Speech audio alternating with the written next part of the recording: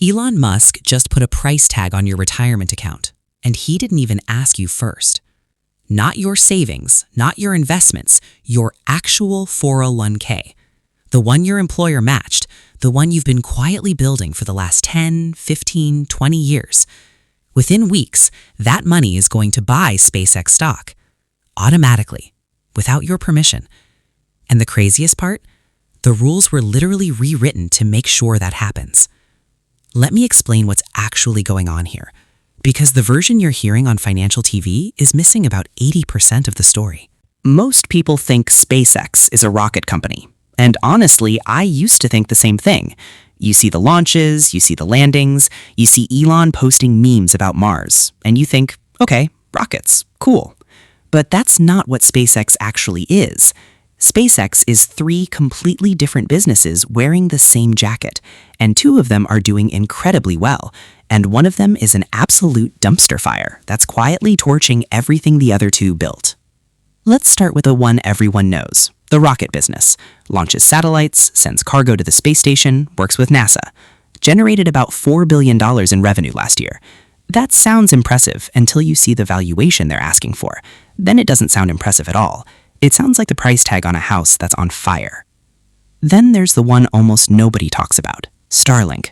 This is the real SpaceX. This is the business that actually matters. Starlink is basically Comcast, but the satellites are in orbit, and the service actually works. 10,000 satellites circling the Earth, beaming internet to a small dish on your roof, and somehow it works better than the cable internet you've been overpaying for since 2009. Over 10 million active subscribers and roughly 150 countries, $11.4 billion in revenue in 2025 alone. That's 61% of SpaceX's total revenue, and the profit margins went from 41% 2 years ago to 63% today.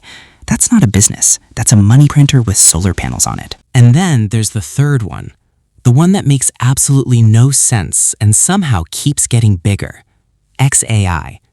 This is Elon's AI company, the one he built to compete with OpenAI and Anthropic. And a few months ago, SpaceX acquired xAI in an all-stock deal that valued it at $250 billion. Now think about that for a second. OpenAI makes $24 billion a year and is valued at $850 billion. Anthropic makes over $30 billion a year and is valued at $400 billion. xAI makes roughly $1 billion a year, and it was bought for $250 billion. That's not optimistic pricing. That's delusional pricing. And here's what makes it worse. Every single one of xAI's 11 co-founders has walked out. Every one. And Elon himself publicly admitted the company needs to be rebuilt from the ground up. The CEO of SpaceX just paid $250 billion for something he immediately said needs to be rebuilt from scratch. And xAI burns over $1 billion a month. So when you combine all 3 businesses, here's what you actually get. Starlink and rockets brought in roughly $8 billion in profits. xAI showed up and torched most of it. The combined company lost nearly $5 billion last year on about $18.5 billion in revenue. And Elon wants to take this company public at a $1.75 trillion valuation. Now here's the part that actually made my jaw drop. Because you might be sitting there thinking, okay, that's insane, but I don't have to buy it. Nobody's forcing me to invest in SpaceX. And that's what I thought too, until I understood what NASDAQ quietly did on May 1st of this year. They introduced something called the fast entry rule, and the timing is not a coincidence. Here's how it used to work. When a company goes public, it has to wait at least 3 months before it can be added to the NASDAQ 100 index. That waiting period exists for a reason.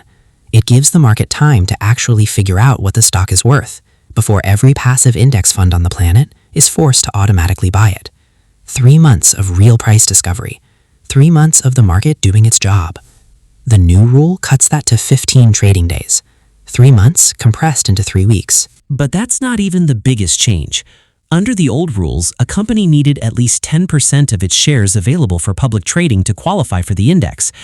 SpaceX is planning to float somewhere between 4 and 5%. Under the old rules, automatic disqualification. Under the new rules, that requirement is completely gone. And then there's the hidden multiplier. This one is hard to even believe when you read it. NASDAQ now takes any company with a float under 20% and treats that float as if it were 3 times larger than it actually is. So SpaceX's 5% float gets counted as 15%. Manufactured weight, manufactured demand, built directly into the rules.